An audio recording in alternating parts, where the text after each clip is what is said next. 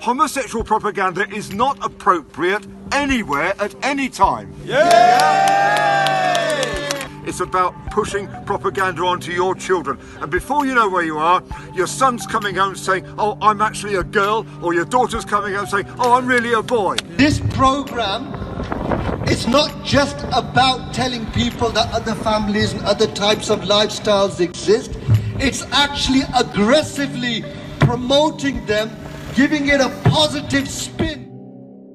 The point of No Outsiders is preparing children for life in modern Britain, so we're all different, we can get along. You can have black skin, brown skin, white skin, Christian, Muslim, Hindu, Sikh, Jewish, be gay or lesbian, have disabilities, but we can be friends, we can get along. Now, I understand that some communities have tensions with the LGBT aspect, but you know what, we've got to work a way to get through this. And telling people that it is okay for you to be Muslim and for you to be gay.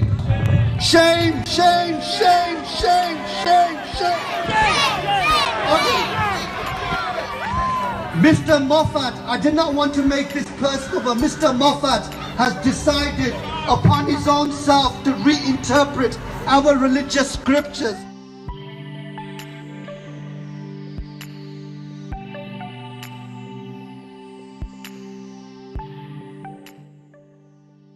I think there's several elements to the controversy. So I think one of the elements is homophobia. Another element is power, control. Many of the behaviours that you see in domestic violence or domestic abuse type scenarios where people are saying, you will do this. So that's all very power-driven behaviour. There's a very clear public sector equality duty that I have to do by law.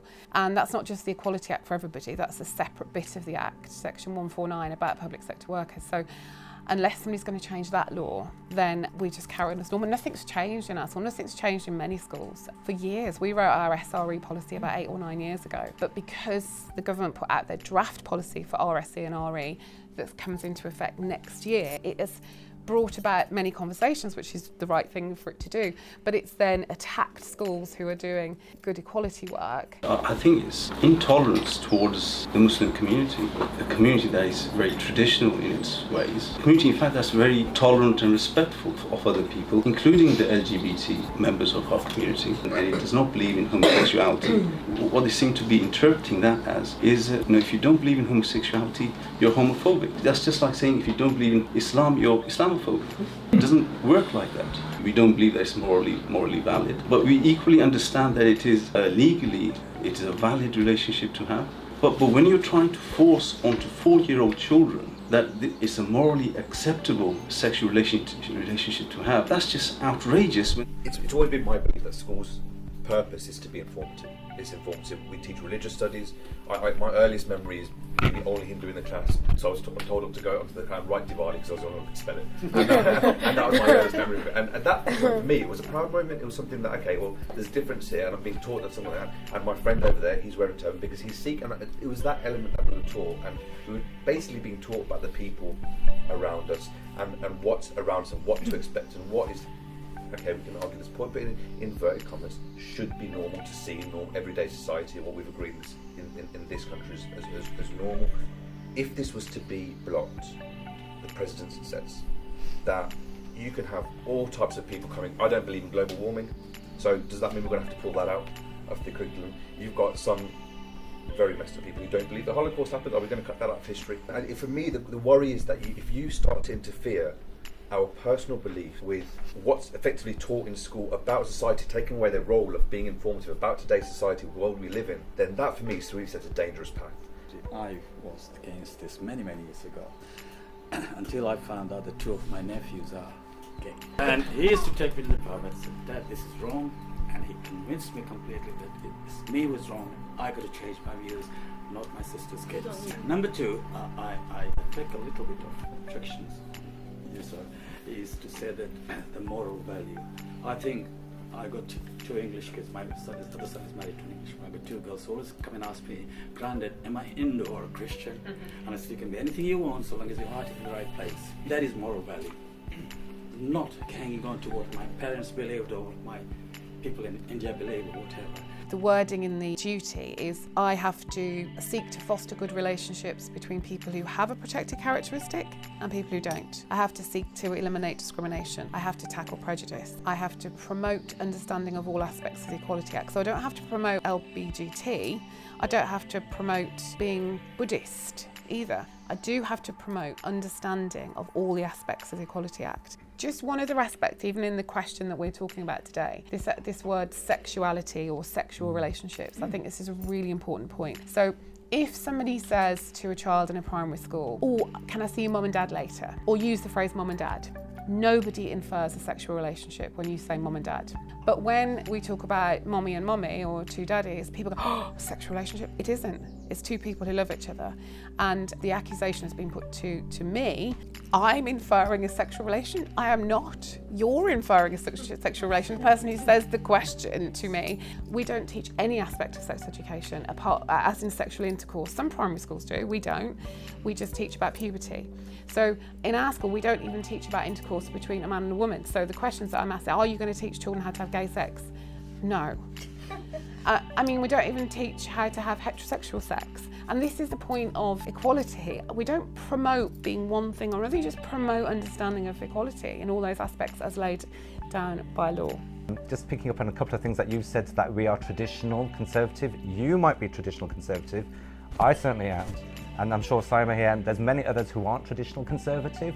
There are people who are forward-thinking, very liberal, progressive, very much of the here and now, and they want to make changes that are better for the next generation. So I do take issue with that particular wording. So your little protests that you feel is Islamophobic, you need to think about the long-term consequences of how it's impacting not only on that child, but the community and the economy as well. You also have to think about the levels of literacy and poverty that your parents are coming through, because from my experience, all those who are saying this is not right, I have to question is like, did you go through an education system, or did you come from socially disadvantaged backgrounds? Did you come from a third world country where there is no academic institutions? Where are they coming from? You've channeled it down to a little thing. God knows how it became this huge movement across the UK. You really need to sit back, reflect and reason to, am I doing the right thing? Not only for myself, but my family and for future generations, because you're talking about equality, Islamophobic and homophobic. You are putting Islam as an elitist society, which is not what it is about.